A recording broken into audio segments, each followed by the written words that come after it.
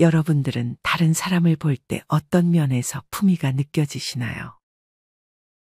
반면에 그렇지 않은 사람들은 어떤 면에서 추하다고 느껴지시나요? 아마 많은 분들이 직접 눈으로 보거나 뉴스나 유튜브에서 간접적으로 접하여 본인만의 기준을 가지고 있을 것입니다.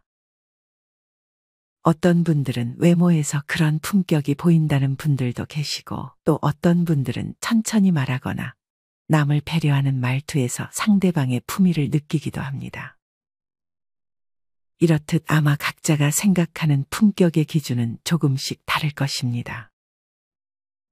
하지만 나이가 들어갈수록 점점 우리가 편한 대로 말하고 행동하는 경향이 있는 것 같습니다.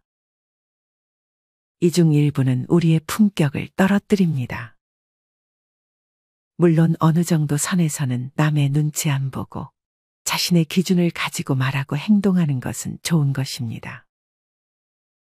하지만 문제는 자기만의 올바른 기준이 없고 자기가 하고 싶은 대로만 행동하는 것입니다.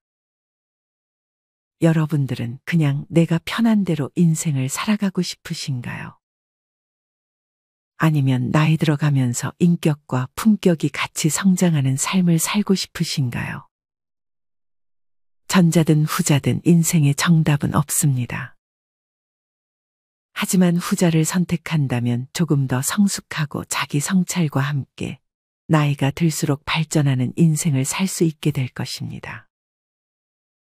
앞서 얘기했듯 누군가는 품격을 외모에서 찾고 누군가는 말이나 행동 등의 내면에서 품위를 발견하는 경우가 있습니다. 오늘은 이 중에서 내면의 성장과 관련된 말과 행동의 품격을 중심으로 이야기를 드리겠습니다. 살다 보면 돈 많은 부모님이나 배우자보다 따뜻한 말을 해주는 부모님과 배우자가 최고라는 것을 깨닫게 됩니다. 그만큼 말은 우리 인생에서 중요한 역할을 합니다. 오늘의 영상을 여러 번 반복해서 들음으로써 나는 그동안 어떻게 행동했는지, 앞으로 품격 있는 노후를 보내기 위해 내가 할 수 있는 노력은 무엇이 있을지 생각해보고 실천해보는 계기가 되었으면 좋겠습니다. 오늘은 나의 품격을 떨어뜨리는 3가지 행동에 대해 말씀드리겠습니다. 첫째는 품격이 떨어지는 말을 하는 것입니다. 품격이라고 해서 고급진 말투와 고급진 내용의 말을 하라는 것이 아닙니다. 말을 청산유수처럼 잘할 필요도 없습니다. 하지 말아야 할 몇 가지만 지켜도 주위에서 여러분들과 말하는 것을 좋아하게 될 것입니다. 우리는 우리 자신도 모르게 점점 말이 급해지고 쉽게 짜증을 내며 자랑을 시도 때도 없이 하곤 합니다. 특히나 가까운 사람에게는 더더욱 한번 신경질을 내거나 언성을 높이게 되면 이런 습관은 쉽게 고쳐지지가 않습니다. 또한 말을 잘 가로채고 묻지도 않은 말들을 듣는 사람이 피곤할 정도로 너무 많이 하기도 합니다. 특히나 자식으로 고생하는 사람에게 자식 자랑을 한다면 정말 다시는 만나고 싶지 않은 마음마저 들 것입니다. 이런 것들은 사실 말하는 당사자는 깨닫지 못하는 경우가 많습니다. 그냥 하는 얘기라고 생각할 수 있지만 조금만 입장을 바꿔서 생각을 해본다면 얼마나 상대방이 듣기 싫은 말인지 알 수 있지만 대부분은 이렇게 상대방의 입장에서 생각하지 않습니다.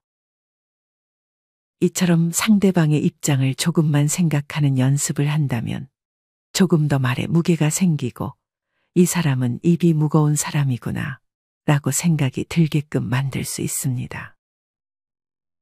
이것이 말의 품격을 높일 수 있는 첫 번째 방법입니다. 두 번째 방법은 말을 천천히 하는 것입니다. 많은 분들이 되게 말이 빠르고 그렇기 때문에 천천히 말하는 상대방을 기다리지 못해 중간에 말허리를 자르기도 합니다. 이렇게 말을 빠르게 하면 나이가 들수록 숨이 찰 뿐 아니라 언성을 쉽게 높일 확률도 올라갑니다. 그러다 보면 얘기를 또 너무 심하게 하거나 나도 놀랄 정도의 심한 말로 주변 사람들을 상처 주기까지 합니다. 기분이 만약 안 좋은 상황이라면 말을 천천히 해야지라는 생각이 들지도 않고 막상 이런 상황에서는 예전에 했던 다짐을 실행으로 옮길 생각을 하지 못하게 됩니다. 이럴 때는 오히려 잠깐 자리를 뜨는 것이 좋습니다. 감정이 올라오면 절대로 천천히 말하거나 상대의 입장을 생각하기가 힘들어지기 때문입니다. 이런 상황이 아니라면 평소에는 말을 천천히 하는 연습을 하는 것이 좋습니다. 앞서도 얘기했듯 우리는 특히나 가까운 사람에게 습관적으로 짜증 섞인 말투를 쓰거나 언성을 쉽게 높이는 경우가 있습니다. 물론 상대가 어떤 특정 행동을 반복했을 때 그것이 내가 싫어하는 행동이라면 짜증이 날 수 있습니다. 하지만 이렇게 똑같은 행동에 계속 짜증을 내게 되면 나만 힘들어지게 됩니다. 제 경험상 그리고 많은 분들의 경험상 상대의 행동은 쉽게 바뀌지 않습니다. 상대가 안 바뀐다면 내가 바꿀 수 있는 것은 나의 내면과 내가 말하는 방식입니다. 계속 내가 싫어하는 행동을 한다면 원래 이런 성격을 가진 사람이라고 이해하고 이걸로 기분 나빠하는 것이 나에게 전혀 도움이 되지 않는다는 사실을 인지하는 것이 좋습니다. 대화 전문가 조관일 박사님은 다음과 같은 말을 했습니다. 온전히 이해할 수는 없지만 온전히 존중할 수는 있다. 상대의 행동을 이해하지 않아도 괜찮습니다. 다만 존중하는 자세를 보이는 것이 중요합니다. 이 같은 마음가짐으로 뭔가 화를 낼 만한 상황에서 만약 차분하게 대응한다면 주변 지인들은 물론 자식들, 손주들까지 여러분을 품격 있는 사람이라고 인지할 것입니다. 절대 하지 말아야 할 말이 있습니다. 그것은 셈이 많아서 남 잘 되는 꼴을 못 보고 남을 질투하는 말을 하는 것입니다. 이런 지인이 주변에 한 명쯤은 존재할 것입니다. 그 정도로 많은 분들이 시기 질투하는 말을 달고 사는 경향이 있습니다. 이분들도 대개 자기 성찰을 하지 않고 습관적으로 말을 하는 경향이 있습니다. 이런 분들을 지인으로 두고 있는 분들은 만나면 피곤하다고 생각하고 계속 인연을 유지해야 하나라고 고민하고 있을 것입니다. 많은 분들이 이렇게 상대방의 입장을 배려하지 않고 말을 빠르게 하며 쉽게 언성을 높이고 짜증을 내는 사람, 남을 시샘하고 자기 자랑을 심하게 하는 사람을 보면서 품위를 느끼지는 못할 것입니다. 저는 여기서 가장 중요한 것이 상대방의 입장을 생각하는 말하기인 것 같습니다. 이 말을 하면 많은 분들이 뻔한 얘기를 한다고 생각하실 수 있습니다. 하지만 이것을 실천하는 사람들이 과연 몇 분이나 될까요? 중요한 것은 실천입니다.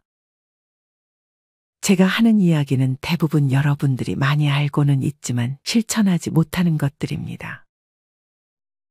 그런 것들을 제가 한 번 더 얘기함으로써 한 분이라도 실천을 하게 된다면 정말 좋을 것 같습니다. 다시 돌아와서 이렇게 상대방의 입장을 생각하는 것이 습관이 된다면 이것은 나의 내면에 정말 큰 도움이 됩니다. 마음에 가득한 것이 말로 나오는 것이기에 마음가짐이 가장 중요한 것입니다. 이렇듯 말에 앞서 중요한 것은 마음가짐입니다. 마음가짐을 잘하게 된다면 말에서 자연스럽게 품격이 느껴질 것입니다. 이를 위해 감사하는 습관을 기르고 명상을 하는 것도 도움이 됩니다. 조금 더 나은 방법을 하나 소개해드리면 오늘 하루 성찰의 일기를 쓰는 것입니다. 밤이 되면 오늘 하루 있었던 대화들을 생각해보며 나는 오늘 대화를 잘했나, 부족한 부분은 없었나를 한번 생각해보고 만약 부족한 부분이 발견되었다면 앞으로 어떻게 개선하면 좋을까를 적어보는 것입니다. 이렇게 직접 생각을 글로 옮기는 과정은 대단히 효과적입니다.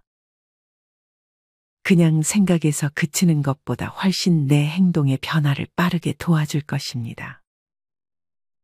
피곤하게 이런 것까지 해야 되나 라는 생각을 하는 분들도 계실 것입니다. 하지만 정말 빠르게 자신의 행동을 바꿔나가고 싶은 분들이라면 이 방법은 분명 도움이 될 것입니다.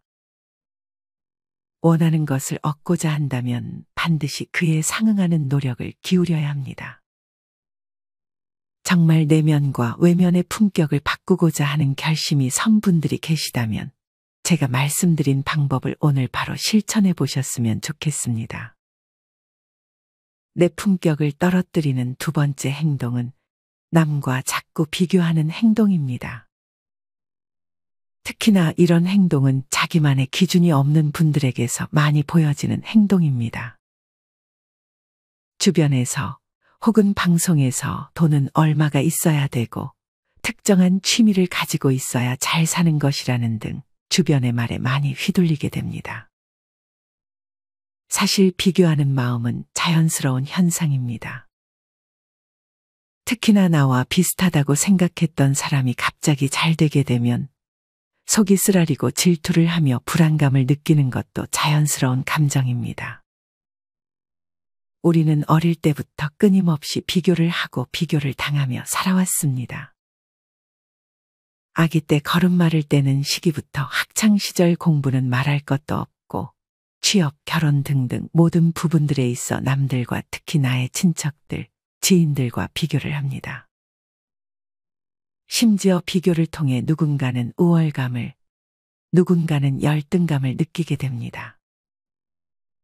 지나치게 경쟁인 사회 속에서 살아온 우리에게 비교는 어쩌면 당연한 행동일 수 있습니다. 학창시절 오로지 우리는 대학과 입시에 관련한 가르침만 배웠지 이런 심리적인 부분에 대해서는 전혀 교육을 받지 못해왔습니다.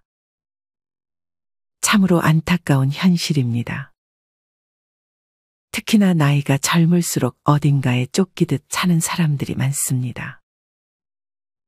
비교하는 마음을 우리가 제대로 다루지 못한다면 아마 임종 직전까지 우리를 괴롭힐 것입니다.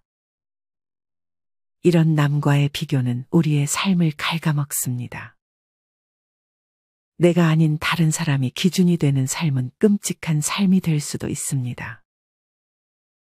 내가 어떤 하나의 기준과 가치관을 갖는다 해도 주변에서, 사회에서 끊임없이 우리가 틀렸다고 말할 것입니다. 우리는 여기에 동요해서는 안 됩니다. 주변에서 빨리 집을 사지 않으면 패배자가 될 것처럼 우리를 압박하고 좋은 대학에 가지 않으면 인생이 끝날 것처럼 우리를 압박해왔습니다. 그리고 나이가 들어도 경제적으로 얼마가 있어야 한다는 등 끊임없이 주변의 소음이 우리를 압박해올 것입니다. 그렇기에 우리는 이 기준에 휘둘리지도 이런 기준들을 남들에게 강요하지도 말아야 합니다. 제일 안 좋은 것은 그 기준에 자기만 휘둘리는 것이 아니라 주변 사람들까지 그 기준에 휘둘리게 만드는 것입니다. 대부분 기준이 없는 사람들은 이렇게 남에게 그 잘못된 기준이 마치 정답인 양 말하기도 합니다. 심한 경우 부모님께 거의 20년 가까이 그런 잘못된 기준으로 비교당한 자식들이 정말 많습니다. 나중에는 숨 쉬는 것까지 비교하더라고 하소연하는 분도 계셨습니다. 이렇게 가정에서, 직장에서, 주변 친구에게까지 비교에 휘둘리게 된다면 그 스트레스는 결국 우리의 건강까지 위협할 것입니다. 이런 비교하는 말은 아이들에게는 더욱 좋지 않기 때문에 주의할 필요가 있습니다. 한 예로 어떤 음식점에서 할머니가 손자 2명을 보고 계셨는데 두 애기 모두 이제 4살, 5살 정도로 어려 보였습니다. 1살 많은 형이 음식점 앞에서 자전거를 타면서 놀고 있는 것을 보고 있었는데 할머니가 그걸 보시면서 형은 자전거도 잘 타는데 동생은 자전거 하나 못 타네 라며 2번 연속으로 어린 형제를 비교하는 말을 하는 걸 봤습니다. 이런 행동은 아이들에게는 말할 필요도 없고 주변 사람이 보기에도 안 좋은 행동으로 비춰질 수밖에 없습니다. 이렇게 어르신분들이나 부모님들은 간혹 내재적으로 접근해 볼 때 비교를 하면 자식들이 더 분발할 거라 생각하지만 이는 대단한 착각입니다. 가장 가까운 사람한테 비교로 무시당하는 마음이 얼마나 어렸을 때 상처가 되는지 모르는 분들이 많은 것 같아 안타까운 마음이 듭니다. 이 같은 비교를 하는 원인은 앞서 얘기한 대로 자신만의 기준이 없어 중심을 잡지 못했기 때문입니다. 스스로의 기준을 확실하게 세워야 주변 사람들의 말에 상처받지 않을 수 있습니다. 충분히 잘하고 있고 열심히 하고 있다고 스스로 확신을 가지면 나 자신도 그리고 그런 자식을 보는 부모님들도 남들의 말에 휘둘리지 않을 수 있습니다. 혹여나 본인은 그렇지 않다고 생각하는데 부모님이 깎아내리는 부분에 대해서 내가 정말 그런가 하는 의심이 들 때는 가까운 가족이 아닌 객관적인 피드백을 줄 수 있는 제3자의 의견을 물어보는 것도 좋은 방법이 될 수 있습니다. 이런 비교에서 멀어져 행복한 삶을 살고 계신 분들도 마찬가지로 어릴 때 온갖 비교에 노출되었던 분들이 많습니다. 그것에 따른 각종 강요로 부모님과의 관계가 많이 힘들었는데 나만의 기준에 만족스러운 삶을 사는데 집중하다 보니 그런 비교를 극복하고 훨씬 행복한 인생을 살고 있다고 말하곤 합니다.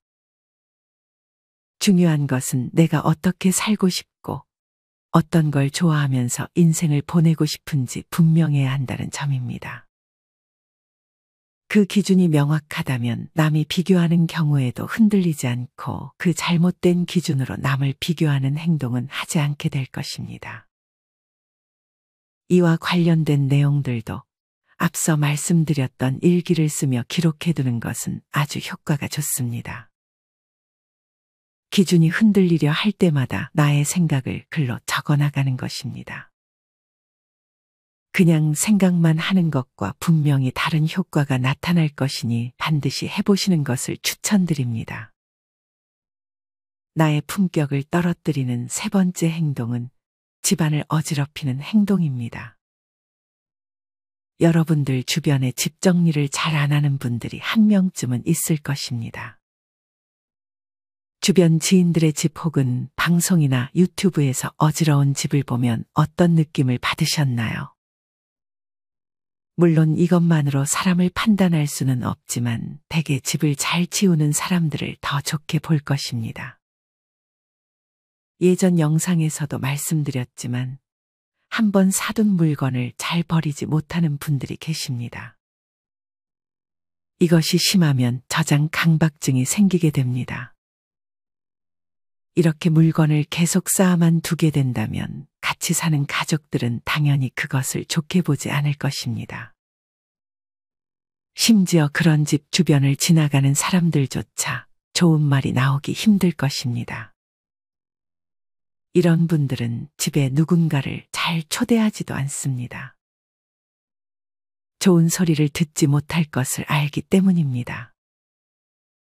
이런 분들은 버리는 것을 사는 것보다 몇 배는 더 어렵게 생각합니다. 또한 나중에 쓰게 될 경우가 생길까봐 혹은 자꾸 버리다가 정작 버리지 말아야 될 것들도 버리게 될까봐 그렇게 버린 것들이 몇 년이 지나도 눈에 밟힐까봐 버리지 못하는 경우가 많습니다. 이런 증상이 심하다면 꼭 전문가와 상담을 받아보시는 것이 좋습니다. 전문가와 상담을 받는 것은 절대 부끄러운 일이 아닙니다. 오히려 전문가와 상담받는 것이 무서워 계속 똑같은 상황을 반복하는 행동이 훨씬 안 좋은 것입니다. 그러니 혼자 바꾸기 힘들다면 꼭 주변의 도움을 받는 것이 좋습니다. 옛말에 책장의 책은 80%만 꽂아라 라는 말이 있습니다. 항상 갖고 있는 물건은 수납 공간보다 적어야 한다는 얘기입니다. 또한 미니멀리스트들의 유튜브를 보는 것도 좋습니다. 이런 영상을 보면 마음이 굉장히 편해지고 방을 정리하고 싶어지고 나에게 쓸데없는 물건이 많았구나 하고 반성하게 됩니다. 이렇게 내면에서부터 바뀌게 되면 행동으로 옮기는 것이 한결 수월해질 수 있습니다. 이미 집이 너무 어지럽다고 생각해 어디서부터 손대야 할지 모르겠는 분들은 먼저 내가 가장 많이 사용하는 공간부터 정리해 보는 것이 좋습니다. 혹은 옷장을 먼저 정리하는 것도 좋은 방법입니다.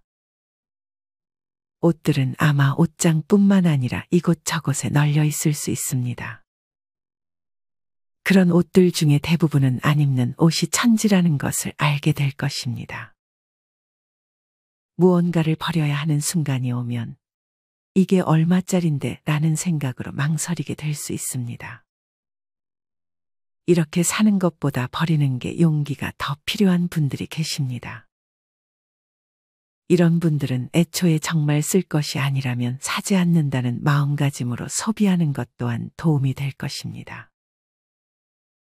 1년 동안 쓰지 않은 물건은 하나씩만이라도 버리는 습관을 꼭 만들어 보시길 바랍니다. 이처럼 누군가에게는 버리는 것이 정말 어려운 행동입니다.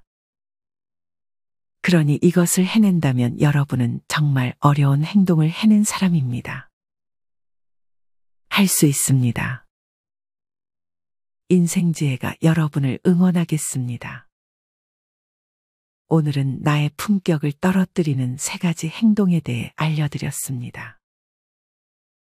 첫째는 상대를 배려하지 않는 말투를 남발하는 것. 둘째는 누군가와 자꾸 비교하는 말을 하는 것. 마지막 셋째는 정리정돈을 잘 안 하는 습관입니다. 오늘 드린 말씀이 결코 정답은 아닙니다. 그냥 지금처럼 사는 것이 편한 분들도 계실 것입니다. 그런 분들은 현재에 만족하면서 살아가면 됩니다. 하지만 정말 성장하는 노년의 삶을 보내고 싶은 분들은 오늘 영상의 내용이 성숙한 노후를 보내시는데 조금이나마 도움이 되시기를 바랍니다. 오늘의 이야기는 나이 있으신 분들뿐만 아니라 젊은 세대에게도 해당하는 내용입니다. 젊은 분들에게도 언젠가는 중년, 노년의 시기가 반드시 찾아올 것이기에 이것들을 미리 알고 행한다면 훨씬 더 현명한 노후를 보내실 수 있을 것이라 확신합니다. 품격이라는 것은 거창한 것이 아닙니다. 기본에 충실하는 사람, 평범한 품위가 좋은 것입니다. 다시 한번 강조하지만 실천이 어렵습니다. 오늘 말씀드린 내용 중 딱 한 가지만 실천해도 여러분은 정말 잘하는 것입니다. 실천하는 여러분을 충분히 자랑스러워 하시길 바랍니다. 마지막으로 오징어 게임에 출연한 오영수 배우님께서 예전에 방송에 출연해 아름다운 삶을 사세요라는 말을 전했습니다. 여러분이 생각하는 아름다운 노후의 삶은 어떤 것인가요? 이 질문과 함께 오늘의 영상을 마치겠습니다. 우리 모든 구독자분들의 행복한 여생을 인생지혜가 응원합니다. 다음에 더 좋은 내용으로 찾아뵙겠습니다. 감사합니다.